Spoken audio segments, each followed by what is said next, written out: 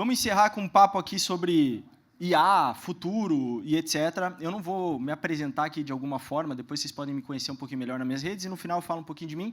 Mas o básico que eu acho que é importante dizer para vocês é que desses temas aqui, basicamente, cyber é o que eu menos tenho conhecimento. Sou da área de tecnologia, mas cyber realmente hoje foi um dia de aprendizado. E olha só que legal. Eu quero contar uma história para vocês, que é a minha própria história. Eu sou da safra de 85. Tem alguém de 85 aqui? Boa. Tem gente com menos de 30 anos aqui? Levanta a mão. Vocês não vão entender nada que eu vou falar agora. Não vão entender muita coisa, mas olha... exato. Mas olha só, se você não entender o que eu estiver falando, cutuca o colega do lado e eles vão te explicar o que é, tá bom? E no final vocês vão entender que o jogo vira. Mas olha só que interessante, eu sou da geração Coca-Cola, eu sou de 85, geração Coca-Cola é a geração Millennium, geração Y, né? E na minha época, a televisão era mais ou menos assim, ó. Eu acho que vocês sabem ou se conectaram com alguma dessas fotos, né? Tem uma foto que tem som. Qual é a foto que tem som aqui? Aí. E essa foto foi a que o Alex deixou eu trazer, porque tinha outras, eu fui censurado.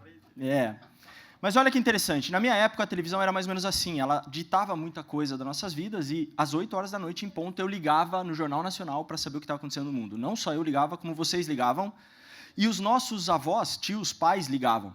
E aí, se a gente não ficasse quieto, pelo menos a minha geração, era chinelada e sai da frente da TV porque eu preciso ver o jornal. Lembram disso? Inclusive, eu aprendi que esses dois atores aí, né, dois jornalistas, eram casados, né, se eu não me engano, Fátima Bernardes e William Bonner, e para mim eles continuam, porque eu aprendi assim, igual Edson Celulari e a Cláudia Raia, são casados até hoje.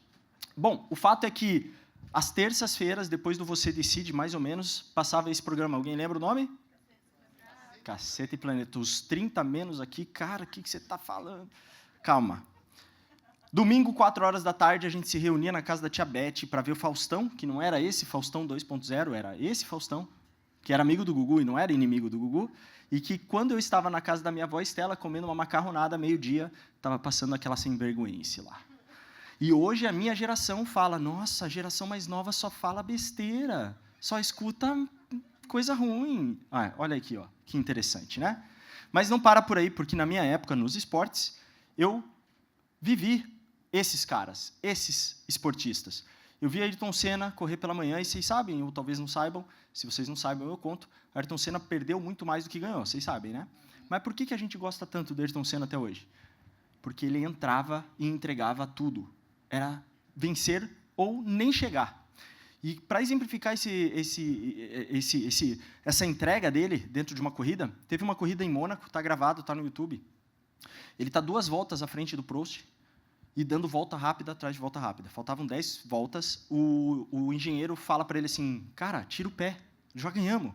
E a resposta do Senna é, be quiet, fique quieto, não fale mais comigo.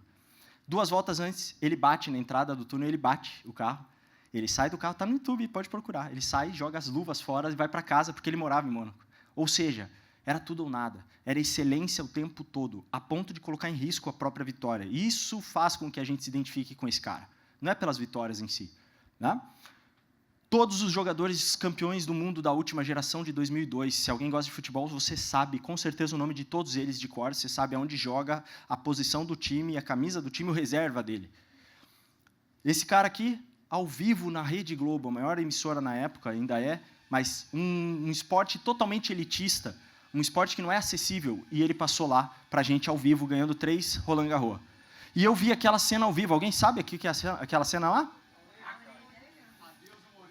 A orelha, né? A luta de Tyson e Holyfield, que é marcada, né? É algo marcante. Então, os esportes na minha época eram assim, eu acho que na época de alguns de vocês também. Quando a gente fala de cinema, olha só, algumas mulheres até suspiraram assim, ó. Ghost, né? Ghost. A gente tem aquele filme que é o Titanic. Lembram do Titanic? E sim, dava para ter salvo o Jack. Dava para ter salvo. Alguma coisa o filme não mostrou para a gente, porque matematicamente era possível salvar ele. Cabia. E esse último filme aqui? Alguém lembra? A gente lembra de frases. Agora pergunta, quando foi lançado?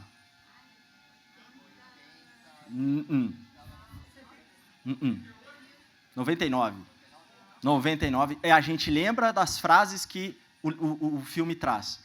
99, gente. Quem não era nascido em 99, levanta a mão. Sim. Aqui, ó. Olha só que interessante. A gente lembra de frases de um filme de pessoas de anos que as pessoas, talvez, desta sala não tivessem nem nascido. É loucura, né? Bom, e o conhecimento na minha época como era? Cara, não era fácil, como é hoje. A gente precisava, primeiro, né, entender que a experiência vinha dos mais velhos para os mais novos, e a gente respeitava isso. Quando eu entrei no HSBC, fiquei 9 anos lá, eu entrei como trainee, na verdade, e eu fui ser um estagiário de um cara chamado Celso Miranda. Só de banco ele tinha 35 anos, ele programava em COBOL. Toda a parte crédito do Bamirindos era ele que tinha feito, ou ele que tinha coordenado. E eu falava para mim mesmo e para o meu líder, né? Falava, cara, só me deixa com o Miranda. Eu quero aprender tudo que esse cara faz, como ele faz. Eu quero aprender, eu quero estar do lado dele. Fiquei 1 ano pegando café, impressão. Mas aprendi demais. Aprendi como ele fazia. E isso, hoje em dia, já não é assim. As novas gerações sabem que as experiências estão com os mais velhos, mas a troca é mais sincera. A troca não é tão, ok, tudo que você falar é amém. Não é mais assim. A gente usava a Barça, para quem não sabe, isso aqui era o conhecimento do mundo em 20 capítulos. Era aqui que estava o conhecimento do mundo, literalmente, biblioteca pública, de Curitiba, inclusive essa.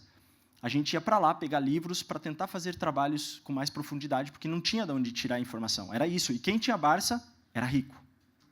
Muito rico, né? Isso aqui. Sabe o que é? Mas você já viu uma? Já viu uma? Não acredito. Mas daí você maltrata o velhinho aqui. Olha só que interessante. Lista telefônica, mas a pergunta é, o que é esse negócio azul aqui, ó, esse quadrado azul aqui? Dados pessoais. Nesse caso, páginas amarelas eram comercial, né? O que era isso aqui, gente? Anúncio. As empresas compravam maior espaço, crendo que quando a gente chegasse nessa página, a gente ia automaticamente, ou com mais força, olhar para esse lugar e aí comprar daqui. A gente faz o que hoje em dia? Não é basicamente a mesma coisa? É basicamente a mesma coisa, só mudou o canal. Hoje não é lista telefônica, é Instagram, é Facebook, é Google e por aí vai. Então, nem nada é muito novo, nem nada é muito velho. Esse é um ponto. Então, a área de conhecimento era mais ou menos assim na minha época, só que não ficou por aí. Olha que legal. Pagar uma conta era uma delícia. Era uma delícia. Fazia vários amigos, né? Pagar conta não era fácil, era torturante, porque ficar em fila de banco era uma coisa surreal. Surreal mesmo. Não era legal de forma alguma. Hoje a gente olha para isso como um passado longínquo, mas faz coisa de 10 anos, isso aqui. E existem bancos que ainda estão nesse modelo aqui. Acreditem vocês ou não. Mas não para por aí. Quando eu queria ligar para alguém, eu gastava muito dinheiro, porque o processo era extremamente complexo, moroso, e vocês, provavelmente, alguém de vocês vai lembrar disso aqui, ó. Quem riu não entregou a idade. Era caro. Ligar para pessoas era caro. Seja da tua cidade, fora da cidade, internacionalmente, então esquece, isso nunca era feito, né? Só porque realmente tinha muita grana, ou uma empresa que precisava muito. Quando a gente fala de tecnologia, menos 30, sabe o que é isso aqui? Não. É o quê? Não. Isso aqui é o Spotify da nossa época. Isso aqui era o Spotify da nossa época. Não durou muito, porque logo em seguida veio o Spotify 2.0. O Discman. Olha que loucura a tecnologia acelerada, né? Porque mal entrou o Walkman na nossa vida, o Discman já roubou a cena, né? E aí a gente tem disquetes e mais disquetes, e só para vocês terem uma ideia, 8 GB de espaço, 8 GB. Um pendrive de 8 GB já nem é mais fabricado, eu acho, vendido muito menos. Mas um pendrive de 8 GB representa 11 mil disquetes. 11 mil disquetes. E a gente instalava o Windows 95, o Doom, o Cake, o DOS, e muita coisa assim. O Word, Excel, exatamente. Bom, a gente evolui e chega nesse cara aí. Alguém sabe o que é? Isso aqui é um pager. Médico, advogado, ou se o cara era muito foda, ele tinha um pager. E o pager era assim, a gente não mandava mensagem direto. Bom, só para explicar para quem não sabe o que é um pager, aqui aparecia uma mensagem. É o WhatsApp de hoje, tá? Basicamente. A gente escrevia uma mensagem com 140 caracteres, igual o Twitter. E aí a gente não escrevia uma mensagem e mandava para o pager, a gente tinha que mandar para uma central, e essa central mandava para o pager. Era uma loucura. Era uma loucura. O SAP parou. E aí, o que acontecia? Como eram poucos caracteres e era muito cara a mensagem, a gente começava a abreviar muita coisa e fazer uma mensagem cheia de siglas, praticamente. Então, a gente teve esse cara aí. Mas não parou por aí, né? A gente teve o fax. E o fax foi o primeiro produto digital, um produto tecnológico, melhor dizendo, de transformação digital. Por quê? Porque antes do fax, a gente precisava mandar um contrato para o Japão. A gente mandava numa lote, levava 3, 4, 5 meses para chegar lá, o cara rascunhava, riscava, voltava mais 3, 4, 5 meses, a gente editava, melhorava o contrato, mandava de novo. Ou seja, um ano e meio para fechar um contrato. Era uma loucura. A partir do momento que o fax chegou, isso é pré-internet, tá? Isso aqui não tinha internet, as coisas começaram a acelerar. E aí o que aconteceu? As empresas entenderam o seguinte: se eu investir em tecnologia, eu tenho uma vantagem competitiva. Por quê? Porque se eu tiver um fax, eu consigo fechar um contrato em 2, 3 dias. O meu concorrente não. Então, vamos investir em tecnologia. E a gente começou a investir em tecnologia. O resultado é o que está no bolso de vocês hoje. Nunca mais a gente parou de investir em tecnologia. E aí, o interessante, né, deixa eu até voltar, o interessante é que até esse momento aqui, a gente consegue entender que a informação ela viajava lentamente. Era muito lento, porque eu tinha que ligar na TV às 8 horas da noite para saber que alguma coisa aconteceu, eu tinha que esperar um tio, tia, que foi para fora e trouxe alguma informação de como era o Coliseu, sei lá. Era muito lento o conhecimento, a informação era muito lenta, concordam comigo? Era difícil você adquirir conhecimento nessa época. E isso, realmente, né, a informação viajava lento demais, só que os crimes também viajavam lento demais nessa época. Os crimes, de fato, eram crimes aí das cidades, dos assassinatos e por aí vai, e eles também aconteciam lento demais. Esses aí são fotos, né, reais de sistemas, carros e policiais desta época. Então, você imagina um sistema que, na época, nem usava internet, era só para registro de informação. Como é que as coisas aconteciam? Como é que os crimes eram solucionados? Será que eram solucionados ou não? Então, até aqui, gente, a gente tinha um mundo que a literatura hoje chama de mundo zona de conforto. Por isso que a gente tem saudades. Porque era gostoso, realmente. Era gostoso. Mas eu quero que vocês conheçam esse cara. Se alguém souber, vai ganhar um brinde. Quem é? Vocês só estão aqui hoje por causa dele. Alguém conhece? Ninguém conhece?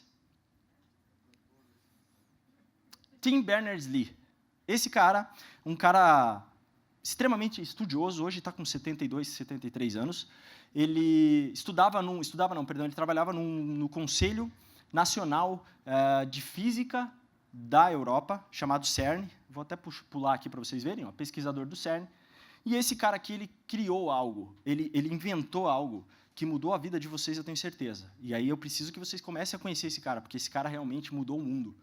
Mudou o mundo e ele não é tão reconhecido assim, a gente percebe aqui. O que ele criou, gente? Ele criou uma tese em 1989, eu já tinha 4 anos. Ele criou uma tese, um paper, onde ele apresentava um conceito chamado de compartilhamento de informações entre sistemas remotos. O que é isso? Alguém traduz? Mais ou menos. É mais simples. Que deu origem à internet. Ele criou o link. Ele criou o link. O que ele falou? Eu estou numa faculdade no extremo dos Estados Unidos ou da Europa e eu quero mandar um documento para aquela outra faculdade física porque a gente está num projeto junto e não tinha como mandar tão rápido. E ele criou um sistema chamado Hyperlink que permitia que ele colocasse isso em um computador e a outra pessoa acessasse o computador e baixasse esse paper. Isso deu origem ao WWW, World Wide Web. Então, esse cara, né, que é o Tim Berners-Lee, este cara é um dos caras que a gente realmente precisa pedir bênção. Ele está vivo, ele hoje é um seminarista, muito legal, inclusive indico vocês a seguirem, porque ele realmente é um cara fora da caixa e ele mudou o mundo. Né? Ele realmente mudou o mundo e a gente só está aqui hoje por causa dele, obviamente. Né? Mas seguindo, o fato é que esse cara criou o link. Né? E aí algo muito interessante que aconteceu foi que os pares deles, os cientistas, os chefes lá, etc., falaram, cara, é vago demais o que você está falando, o que é link? Tipo, o que é isso? Hoje a gente sabe, né, o impacto disso e o poder. Mas, na época, era algo tão louco, tão diferente, que a galera falou, mano, não, isso é vago demais, cara, esquece isso aí. Bom, o fato é que alguma coisa aconteceu, né, com a ideia desse cara, a ideia entrou em ebulição. O que é entrar em ebulição? Ferveu. A coisa esquentou. E aí, aconteceu isso aqui. Menos 30, que não souber o que é, me avisa.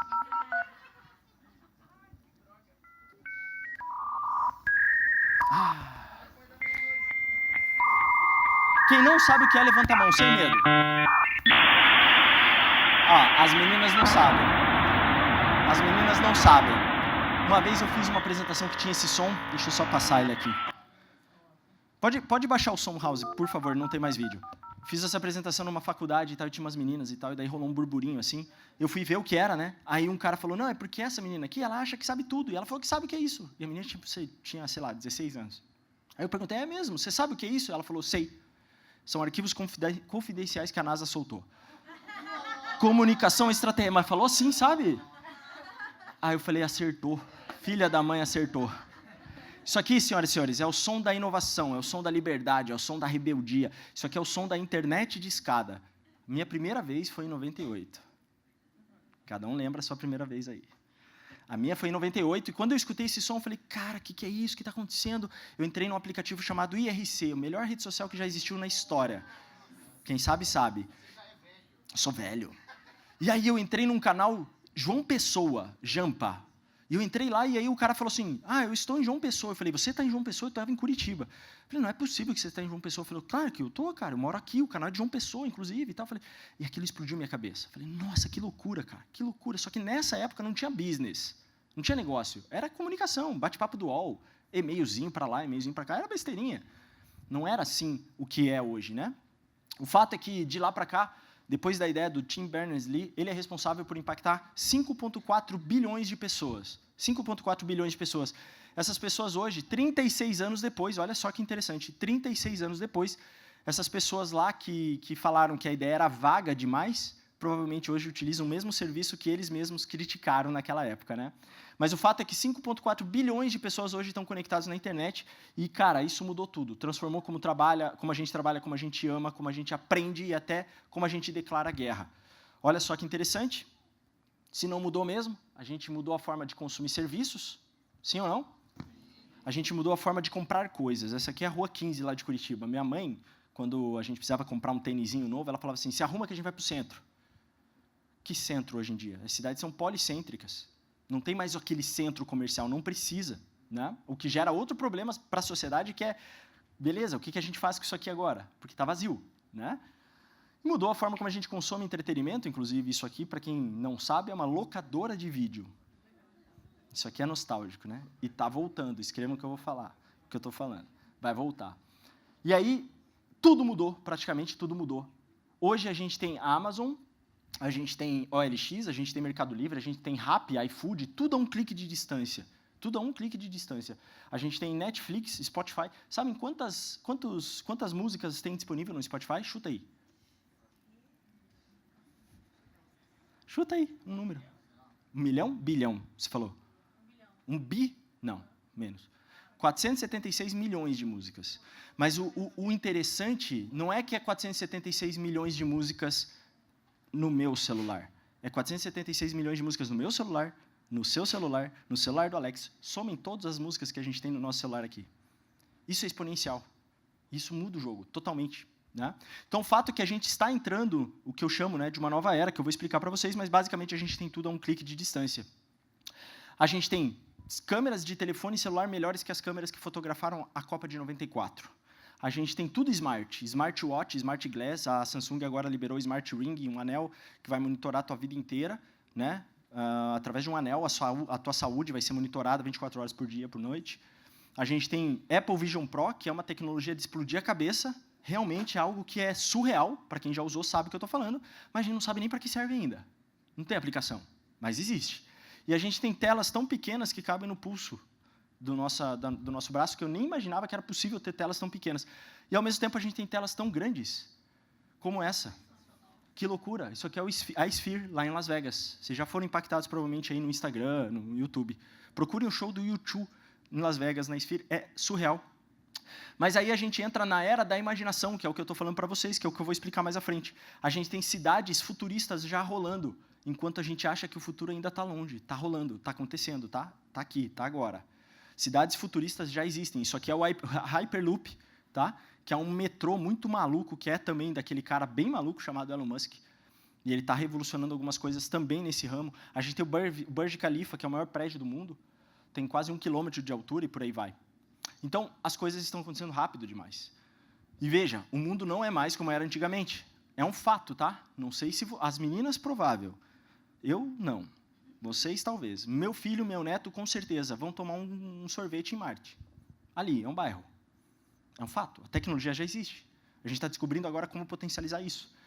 Foguete dando ré, carro na órbita da Terra. Isso aqui é um mapa de quantidade de satélites que está na nossa órbita. Mais de 7.000 satélites. A gente envia 3 satélites por dia para fora da Terra, em média.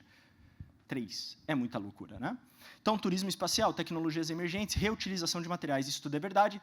E aí a gente entra no cenário que, se dá para imaginar, dá para fazer inteligência artificial. E quando eu falo IA, talvez venha à sua cabeça o ChatGPT, que talvez seja a mais famosa, né? Mas existem mais de 80.000 IAs catalogadas. Para advogado, para enfermeiro, para médico, para tudo. Para tudo. Absolutamente para tudo. Drones, carros autônomos, isso aqui já são realidades. A gente teve agora a primeira corrida de jetpack. Esse negócio parece uma mosquinha, nós estamos virando mosca. Chega a 200 km por hora. Está rolando corrida, competição disso. Não é mais Homem de Ferro lá, ó, coisas muito de cinema. Não, isso já é futuro, já está acontecendo. Então, veja que mundo louco que a gente vive, né? E eu gosto muito de falar e explicar essa tese para vocês, que é a era da digitalização, a era digital acabou ontem. Quem digitalizou, digitalizou. Quem não digitalizou está atrasado e provavelmente vai ficar para trás. É triste dizer, mas é um fato. A gente entrou agora na era da imaginação. E o que é a era da imaginação? A era da imaginação é a seguinte: tudo que você quiser criar, você pode criar. Absolutamente tudo. Eu quero uma marca de boné. Com a IA, você cria em 2 dias. Quero um aplicativo novo que seja um jornal para a geração Z, que tenha as notícias pelo aspecto da esquerda e pelo aspecto da direita, e o cara pode escolher o que ele quer ler. Você cria em 1 semana, no máximo.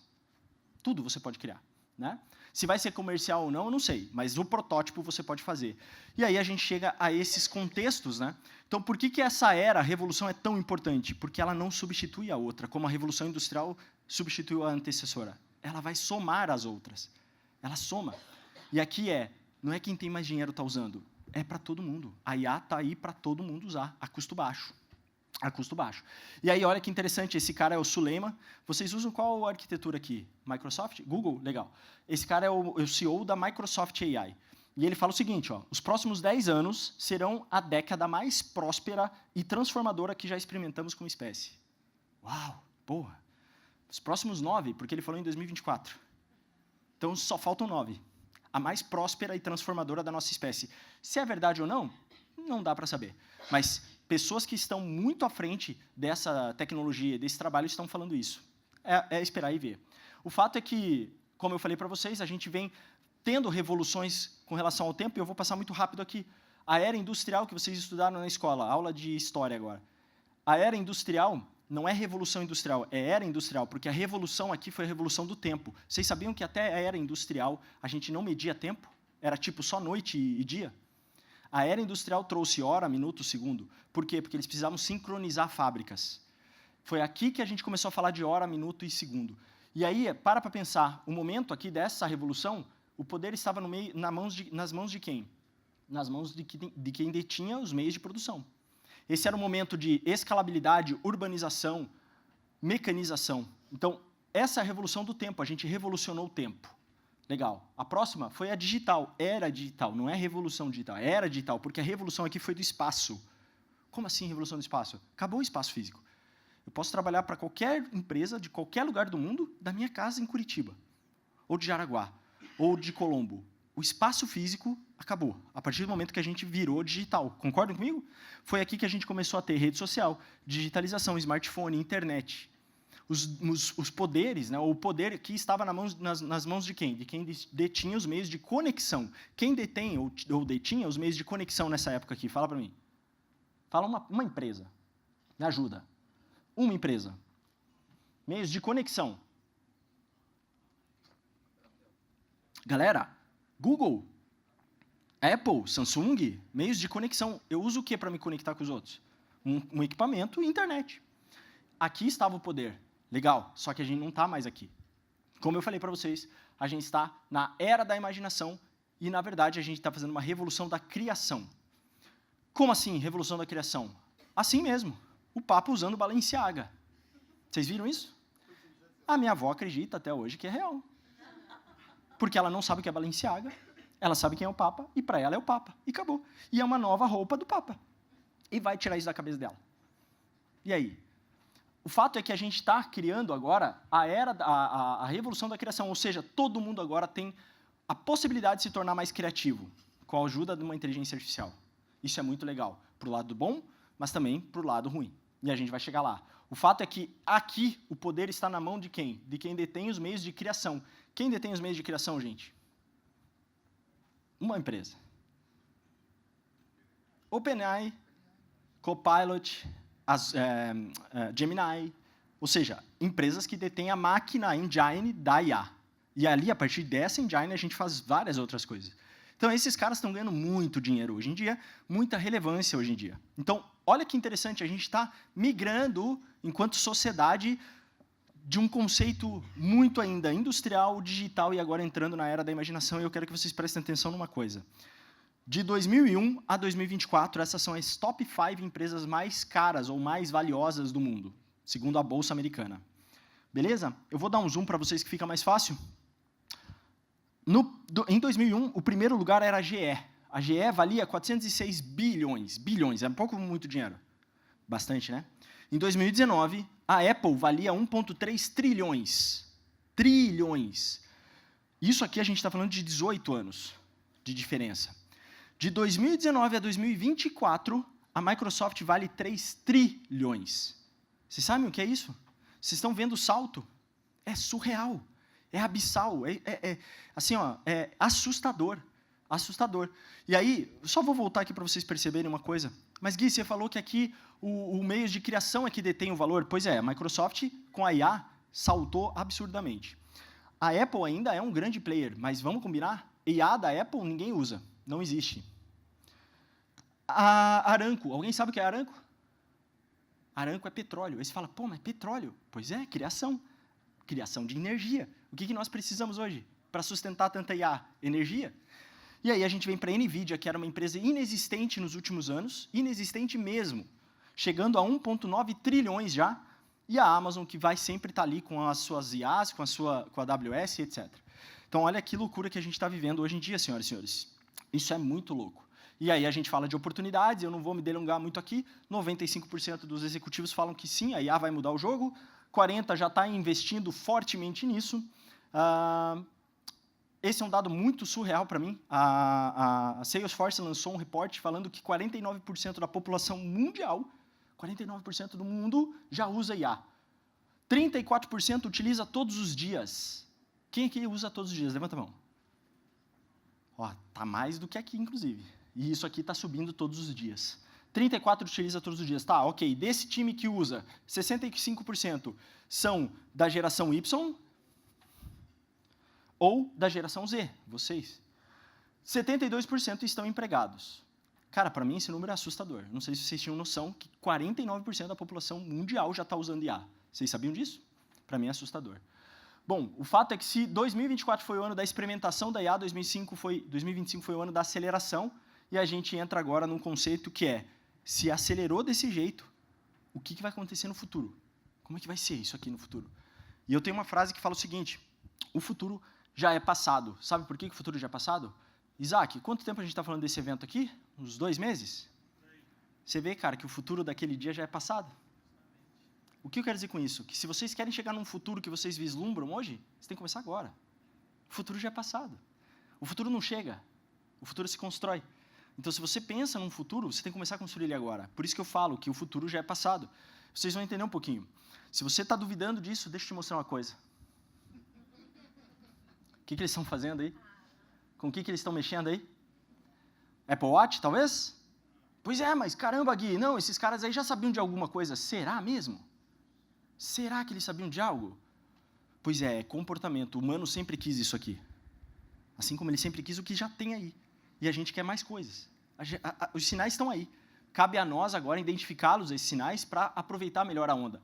Mas o fato é que a gente não está mais em um mundo que as coisas estão mudando. E eu vou mostrar isso para vocês através de números. Uma pesquisa chamada The Future escutou 200 mil brasileiros, 3 milhões de pessoas no total, em 2024. Foi lançada na SXSW essa pesquisa, 200 mil brasileiros, então isso representa a gente, concordam? Beleza. 74% de vocês já passa mais tempo nos devices do que na TV. Concordam, sim ou não? Beleza. 43% de vocês já se relacionou por aplicativo. Oi, sumida, mandou um nude. Estatística fala que sim. Ok? Ok, oi, sumida é dose, mas é a verdade. 82% de vocês usa o celular enquanto está no banheiro. Sim ou não? Exatamente. Eu sei quando meu amigo está no banheiro que ele fica mandando um monte de Instagram, de meme, reels. Agora o último eu vou deixar para vocês lerem. Eu vou deixar o último dado para vocês lerem enquanto eu tomo água. Ai, com certeza, eu escuto podcast. Não. Leia aqui o último dado aqui, ó. 36% de vocês já admitem usar o celular enquanto toma banho. E não é para escutar apenas música. É vida normal. Eu fiz, de novo, voltando àquele papo que eu falei para vocês que eu fiz numa faculdade e tinha uma galera muito mais jovem. Cara, 70%, 80% levantou a mão sem medo. E eu sei que tem gente aqui que faz isso. Sabe por que eu sei que tem gente aqui que faz isso? E que esse número é muito maior? Sabe por quê? Se você pegar teu celular, vai no manual dele, você vai ver lá que tem um IP68, que é uma certificação contra água e contra poeira. Vocês acham que os engenheiros da Apple, da Samsung, da Motorola estão trabalhando e falando, galera, a gente precisa por mais segurança de água e poeira, porque esses caras estão derrubando muito o celular na piscina. Isso é comportamento. Isso é comportamento. É isso e ponto. Tá? Só que aí você para pensar e fala assim, tá, e daí, Gui, o que isso tem a ver? Bom, tem a ver que todas as empresas deveriam estar já olhando e repensando o seu core business. Como assim, Gui? Esse cara aqui é CEO da Domino's. Comeram já Domino's? Não sei se tem aqui na cidade. É tipo uma Pizza Hut, vamos lá? Esse cara chamou uma reunião com a diretoria dele e falou o seguinte, nossa pizza não é boa. E ele não estava falando de pizza. O que ele estava falando? Nós não somos inteligentes o suficiente. E ele revolucionou a Domino's. O que ele fez foi, bom, além dele falar que não é boa, ele falou o seguinte, nós não somos mais uma empresa de pizza, somos uma empresa de tecnologia que, por acaso, vende pizza. Olha que loucura, como ele inverte a lógica. E isso se reflete em como? Mais de 75% dos pedidos da Domino's hoje vêm dos canais digitais. Eles têm uma IA que prevê demanda por engajamento social, localização e clima. Choveu, vai vender mais.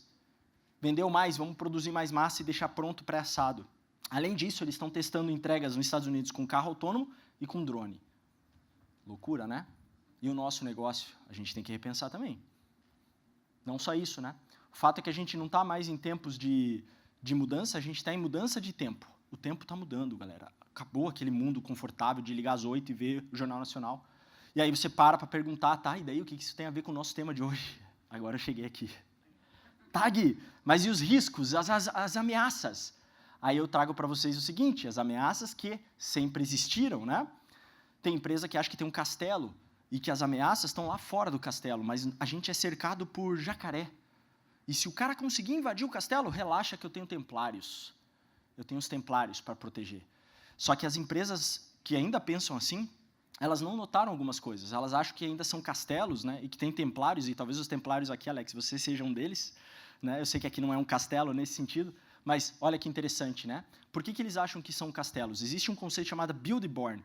Empresas que atuam basicamente em edifícios, e a informação sai daqui e vai para onde? Para o data center que está lá no último andar, ou no penúltimo, ou seja onde for, mas está aqui, dentro do nosso castelo, dentro do nosso edifício. Fisicamente, os data centers estão aqui. Lembram quando tinha esse mundo dos data centers? Legal. É o que a gente chama de building born, ou seja, empresas nascidas para edifícios. Data centers, aplicativos on-premise, ou seja, está tudo em casa. Só que, galera, esse castelo não existe mais. Nossos funcionários, colaboradores trabalham de casa, eles trabalham do cafezinho, como que chama aquele coworking, eles trabalham do aeroporto, eles trabalham também do parque. E aí, o castelo? Cadê o castelo de vocês? Não existe mais, né?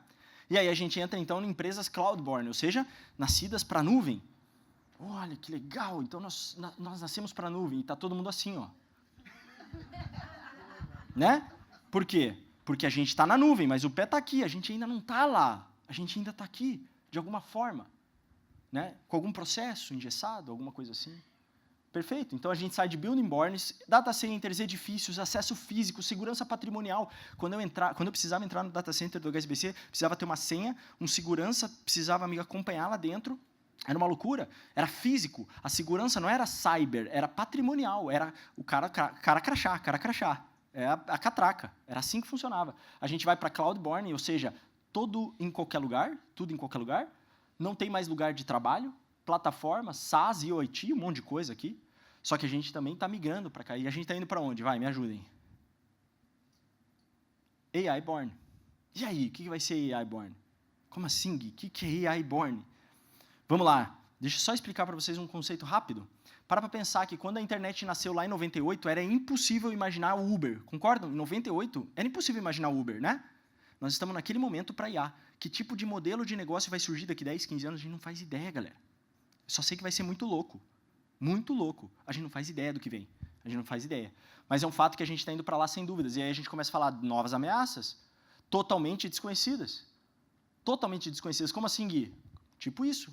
Um banco que foi escamado, perdeu 25 milhões de dólares porque entrou um deepfake, um vídeo IA pedindo autorização e o cara deu autorização e o dinheiro caiu em outra conta. Vocês viram isso? Bizarro. Mais do que isso, o CEO de uma grande empresa mundial confirmou que foi alvo de deepfake. Se ele caiu ou não, a gente não sabe, porque ele não fala, mas já é alvo. Mais do que isso, tá lá, ó, deepfake conseguiu enganar por voz um CEO e roubou 220 mil euros. Está acontecendo. Isso aqui é totalmente desconhecido para a gente. A gente não sabe o que é isso. A gente não sabe o que é isso. A gente vai precisar aprender. AI Born, né? O fato é, como que vai ser isso em 2030, 29, ou melhor, né? 26, 27, 28, 29, 30, a gente não faz ideia. A gente não faz ideia. O fato é que o mercado está para peixe. Concordam comigo? A gente falou de phishing aqui, né? O mercado está para peixe. Só que o problema é que a gente quer o peixe, galera. Esse aqui é um post que eu joguei lá no meu Instagram, que agora as IAs estão construindo os vírus. E aí, vamos falar de peixe? O phishing está lá, depois vocês podem olhar no meu Instagram. Imagina você ter uma IA que constrói 70, 80 mil e-mails com diferentes linguagens, com diferentes gatilhos de intenção, falando o seguinte: vazou a foto do Alex em Las Vegas. Clique aqui para baixar. É melhor não. Só que vai vir um monte de e-mail com escritas diferentes, com modelos de comunicação diferentes para querer e ter o teu clique. É isso que está acontecendo. Um exemplo.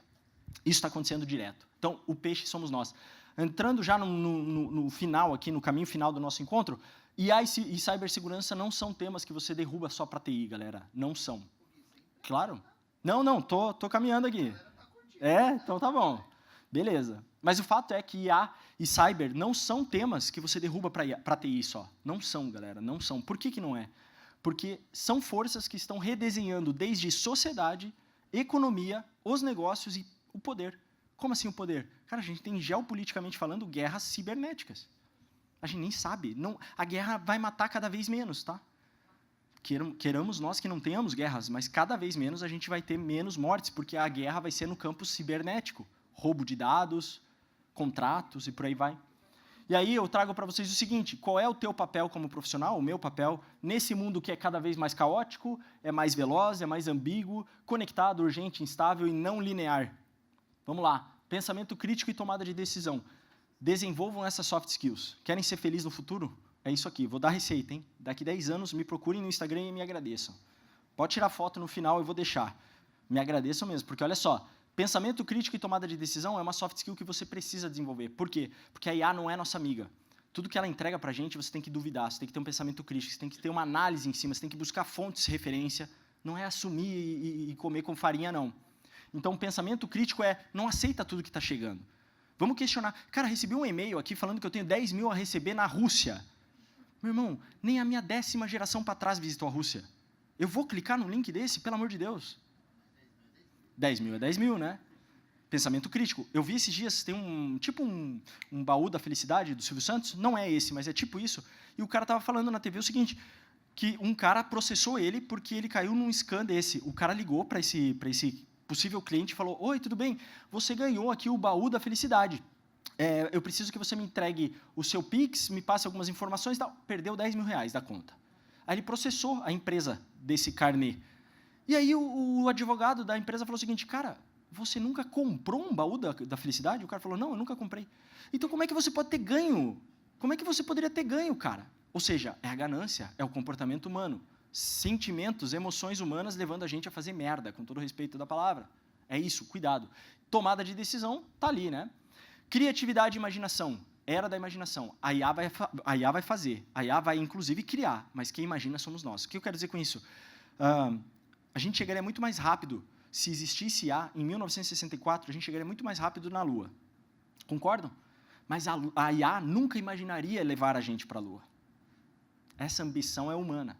Então, criatividade e imaginação. Tá, Gui, legal, mas é muito vago. Como é que eu faço para realmente ser mais criativo? Referência. Aumente seu caderno de referência. Comece a estudar outros temas, comece a ver vídeos de outras coisas, comece a falar com pessoas diferentes do teu dia a dia. Seja curioso, né? Seguindo, comunicação clara. Nem vou me discorrer, nem vou entrar em muito detalhe aqui. Vocês precisam se comunicar melhor, cada vez melhor, e a IA pode ajudar aqui sim.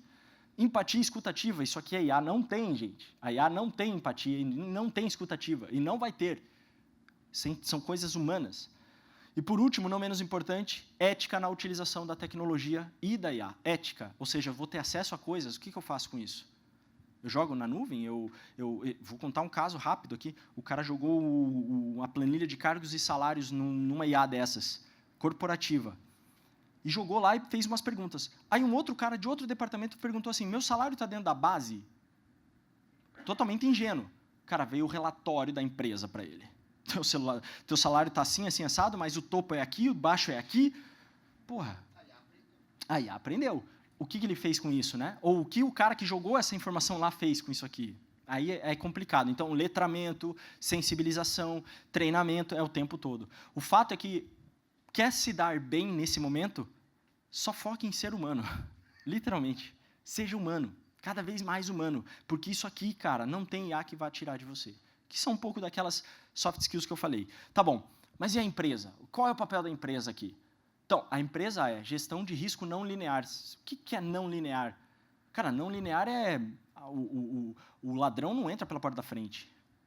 Pode entrar pela chaminé, pode nem estar aqui na nossa casa, mas está nos roubando. Ou seja, não existe mais um padrão, um template. Tudo pode acontecer, literalmente tudo pode acontecer, gente. Tudo pode acontecer a partir de agora. Coisas não lineares, coisas que a gente não espera. Agilidade organizacional, nós precisamos nos tornar cada vez mais ágeis nas decisões, nos investimentos. Errou, vamos corrigir rápido e está tudo bem, mas a gente precisa ser ágil. Governança de dados e IA. A IA só funciona se ela tiver muitos dados. O combustível da IA são dados. Se a gente não tiver uma governança muito séria disso, o resultado não vai ser legal também. Então, muito importante para uma empresa ter essa habilidade. Ética digital, mesmo cenário, vocês têm acesso a dados, muitas informações. O que a gente faz com isso? Quem tem acesso a isso? Precisa ter ou não precisa ter?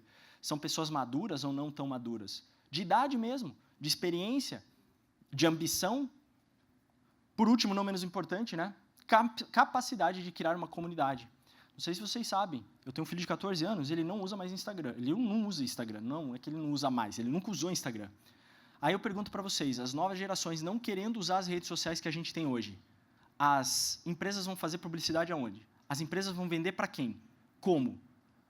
Então, as empresas vão ter que criar suas próprias comunidades para, através das comunidades, elas se fortalecer num mundo muito próximo de 10, 15 anos à frente. Porque as novas gerações não querem estar no Instagram. Aí eu faço uma pergunta para você, como assim não querem? Vamos lá, pensa você com 15 anos. Você gostaria de estar numa rede social que a tua tia tá? Que a tua avó, que a tua mãe tá? É óbvio que não. Vou falar algumas aqui para vocês, me falem quem já ouviu. Já ouviram falar do Discord? Essa é fácil, né? Circle, Slack. Pois é, tem mais uma série dessas por aí. Comunidades fechadas, que nem eu nem você tem acesso. Pode baixar, você não acessa as comunidades. Precisa ter um acesso, um convite, um cara que te conhece. É outro esquema, galera. É outro esquema. A gente está transformando, tá? Então, essa aqui é uma habilidade para mim que as empresas estão demorando a pensar. Ah, Gui, me explica praticamente isso. Sabe a Dodge Ram, caminhonete? Quem compra uma Dodge Ram tem acesso a uma comunidade chamada Ram Society. Só quem tem a Ram, porque você tem que se cadastrar com o chassi. E o chassi queima. Entrou aquela Ram, aquela RAM está dentro, não consegue mais entrar de novo. Ou seja, você tem que entrar com os dados primordiais. E aí essa sociedade se organiza para ir em eventos, shows específicos, ir para a lama, fazer trilha, só entre eles. Só entre eles. Legal, né? Esse é só um exemplo. Harley Davidson é outra para vocês estudarem. Oi? Vai comprar uma amanhã. Aham, boa. Me convida para ir para esses eventos que eu não tenho condição, não. Enquanto empresa, gente, foque mais na sua vocação. Qual é a nossa vocação? Qual é a vocação da Maui? Qual é a vocação? Não estou falando de propósito. Assim, a gente nasceu para quê? O que está dentro da gente? Quanto mais a gente focar nisso, mais a gente vai entender o quanto e como a gente pode impactar o mercado, tá? E aí eu gosto muito disso, já estamos encerrando, prometo. Esse, para mim, é o cenário do Airborne. O fato é, a nuvem vai existir, e a IA vai atuar aqui, mas não é com a cabecinha para cima, não, é de corpo inteiro. A gente precisa saber prosperar ali, a gente precisa saber sobreviver nesse mercado, nesse modelo de cloud. A cloud vai ser infraestrutura para a gente. Não é aplicação, não. A empresa está lá, as pessoas estão lá, está tudo lá. Um exemplo disso, Estônia, 99% das pessoas da Estônia têm uma cidadania digital. Outro exemplo, na Califórnia, todos os carros da Califórnia são tokenizados. Eu posso transferir um carro só encostando um celular no outro. Isso é prosperar, usando a nuvem como arquitetura. É muito louco. E aí eu falei para vocês que o futuro é passado, né? A gente também pode ir para cá. Também tem as trevas. Tem o céu e as trevas, né? Só depende da gente. E olha que louco. Como eu falei, o futuro é passado, a gente constrói, mas olha que louco. Vou deixar vocês assistirem para quem não assistiu isso aqui ainda. Isso aqui é um show da banda Massive Attack, e no telão eles fazem reconhecimento em real time de quem está aqui. Olha isso, que loucura. Louco, né? Alguns se reconhecem lá. Olha só que interessante. É muito louco. Cheio de câmera no palco, ninguém viu. Eles startam a aplicação, começa a reconhecer pessoas no público. Ou seja, as tecnologias que a gente precisa para ir para esse caminho aqui ou para esse caminho aqui, elas já existem, tá? Elas já existem. Legal? E o último slide, não menos importante, aliás, o penúltimo, é que vocês podem escolher. Como assim vocês podem escolher? Lembra desse cara que eu falei para vocês? Então, esse cara aqui é o Timber Berners-Lee. Quando perguntarem agora, vocês sabem quem é. Não esqueçam, esse é o pai, pede bênção. Ele merece. Esse cara tinha uma opção. Ele chegou naquele momento que ele criou aquele conceito que ele podia ter patenteado o www. Sabem o que é isso? Cada vez que você entrar num site, esse cara poderia estar ganhando $1. Ou centavos de dólar. Mas ele não fez isso. Ele abriu o paper. Ele abriu o conceito. Ele jogou para o mundo. Ele falou do impacto disso. Ele explicou e ele construiu o impacto junto com as comunidades dele. A gente está chegando num momento exatamente que ele teve na mão lá atrás, que é de tomar uma decisão.